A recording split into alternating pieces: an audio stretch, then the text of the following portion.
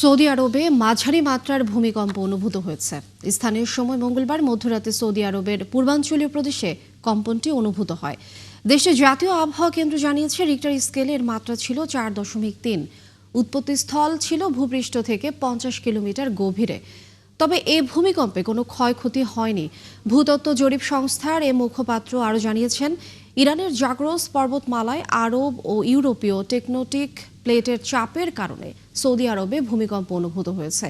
এর আগে গত এপ্রিলে একই মাত্রার আরেকটি ভূমিকম্প আরব সাগরে আঘাত হানে। তখন সৌদি আরব ও সংযুক্ত আরব আমিরাত উভয় দেশেই কেঁপে ওঠে।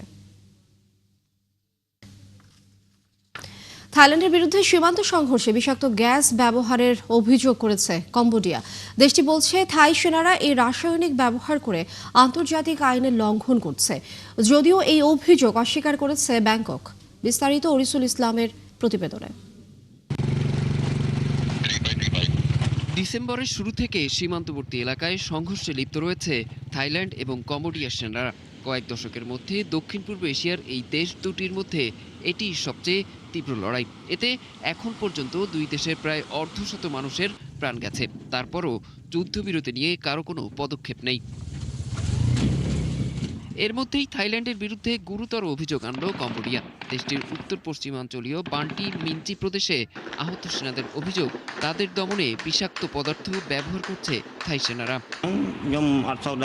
যখনই থাই সেনারা আক্রমণ করার জন্য অবস্থান খুঁজে পেত, তখনই তাদের জেটগুলিকে সেই স্থানগুলিতে বোমা হামলার জন্য রিপোর্ট করত। পরে বিষাক্ত পানি ভর্তি বিমান পাঠিয়ে আমাদের উপর হামলা চালাতো। থাই বিমান থেকে হামলার পর শ্বাসকষ্ট শুরু হয়ে যেত, মনে হতো দম বন্ধ হয়ে যাচ্ছে। যদিও বিষাক্ত গ্যাস ব্যবহারের অভিযোগ শুরু থেকেই করে আসছে কম্বোডিয়ার প্রতিরক্ষা মন্ত্রণালয়। এক বিবৃতিতে তারা জানিয়েছিল, এই গ্যাস হামলা আন্তর্জাতিক আইনের স্পষ্ট লঙ্ঘন। তবে এই অভিযোগের সপক্ষে কোনো প্রমাণ দিতে পারেনি নমপেন। এদিকে কম্বোডিয়ার অভিযোগ অস্বীকার করে একে ভুয়া খবর বলে অভিহিত করেছে থাইল্যান্ড। থাই বাহিনীর পক্ষ থেকে জানানো হয়েছে, তারা কখনোই রাসায়নিক অস্ত্র ব্যবহার করেননি। জুলাই মাসেও দেশ দুটির মধ্যকার সংঘর্ষের সময় কম্বোডিয়া সাদা ফসফরাস গোলা ব্যবহারের অভিযোগ তুলেছিল থাই বাহিনীর বিরুদ্ধে। থাইল্যান্ড তাদের কাছে এ ধরনের অস্ত্র থাকার কথা স্বীকারও করেছিল, তবে বলেছিল আন্তর্জাতিক কনভেনশনের আওতায় এটি রাসায়নিক অস্ত্র হিসেবে গণ্য নয়।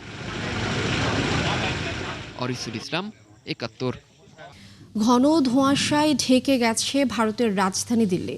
বাতাসের মান পৌঁছেছে সর্বোচ্চ খারাপ পর্যায়ে। দূষণ নিয়ন্ত্রণের জন্য কঠোর ব্যবস্থা নিয়েছে কর্তৃপক্ষ। নির্গমন নিয়ন্ত্রণ নিয়ম না মানলে যানবাহন চলতে দেওয়া হবে না। এছাড়াও বেসরকারি ও সরকারি অফিসে উপস্থিতি নিয়ন্ত্রণের ব্যবস্থা করা হচ্ছে। দিল্লিতে বায়ুমানের সূচক গত কয়েকদিন ধরে গুরুতর পর্যায়ে রয়েছে। প্রায় এটি 450-এর সীমা অতিক্রম করে। এছাড়াও শহরের কিছু অংশে কুয়াশার কারণে দৃষ্টিসীমা আরও কমে যায়। এতে ব্যাহত হয় বিমান এবং ট্রেন চলাচল। এর ফলে দিল্লি এবং আশপাশের এলাকার জন্য গ্রেডেড রেসপন্স অ্যাকশন প্ল্যানের চতুর্থ পর্যায়ে বা সর্বোচ্চ স্তর চালু করতে বাধ্য হয় বায়ুমান ব্যবস্থাপনা কমিশন। পুরনো ডিজেল ট্রাক শহরে প্রবেশ নিষিদ্ধ এবং সব নির্মাণ কাজ আপাতত স্থগিত করা হয়েছে। ভেনেজুয়েলার নিষেধাজ্ঞাভুক্ত সব তেলবাহী ট্যাঙ্কারের যাতায়াতে পূর্ণ অবরোধের নির্দেশ দিয়েছেন ডোনাল্ড ট্রাম্প। এরপর আন্তর্জাতিক বাজারে তেলের দাম 2% বেশি বেড়েছে। রয়টার্স জানিয়েছে, বুধবার গ্রিনিচ মান সময় সকাল 10:18 ব্রেন্ট ক্রুড ফিউচার্স ব্যারেল প্রতি $1.41 বা 2.4% বেড়ে দাঁড়ায় $60.33। একই সময় যুক্তরাষ্ট্রের ওয়েস্ট টেক্সাস ইন্টারমিডিয়েট ক্রুড বেড়েছে $1.42 বা 2.6%। দাম দাঁড়িয়েছে ব্যারেল প্রতি $56.69।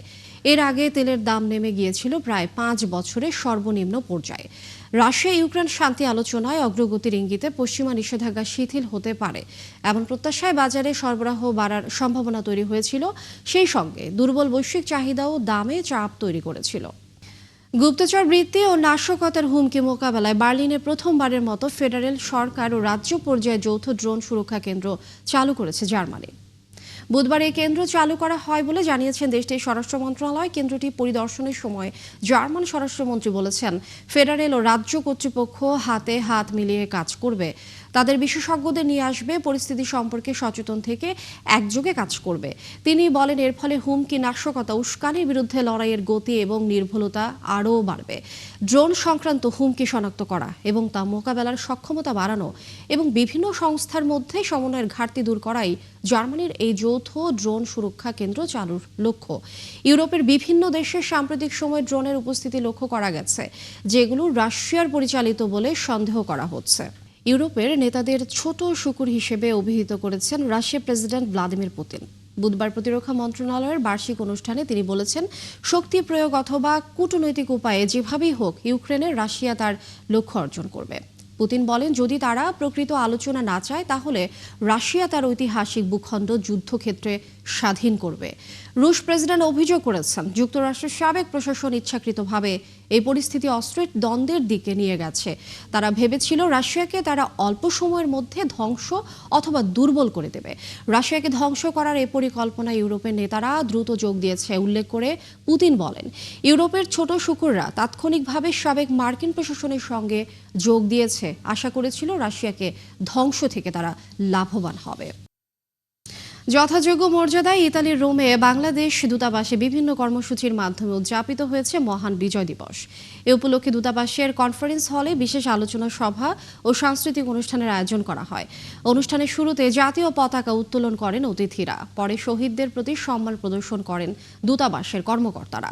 এই সময় রাষ্ট্রদূত ATM রকিবুল হক প্রবাসীদের ঐক্যবদ্ধ হয়ে বৈষম্যহীন, সমৃদ্ধ ও উন্নত বাংলাদেশ গড়ার আহ্বান জানান। সেই সাথে পোস্টাল ভোট বিডি অ্যাপে নিবন্ধনের মাধ্যমে আসন্ন সংসদ নির্বাচনে অংশগ্রহণের আহ্বান জানান তিনি। দর্শক, এই ছিল এখনকার আয়োজনে। বিশ্বের আরও নতুন কিছু খবর ও বিশ্লেষণ নিয়ে দুপুর 1টায় আবারও হাজির হবে বিশ্বযোগ। চোখ রাখুন ৭১ ফেসবুক পেজে এবং সাবস্ক্রাইব করুন ৭১ ইউটিউব চ্যানেল। থাকুন ৭১ সাথে।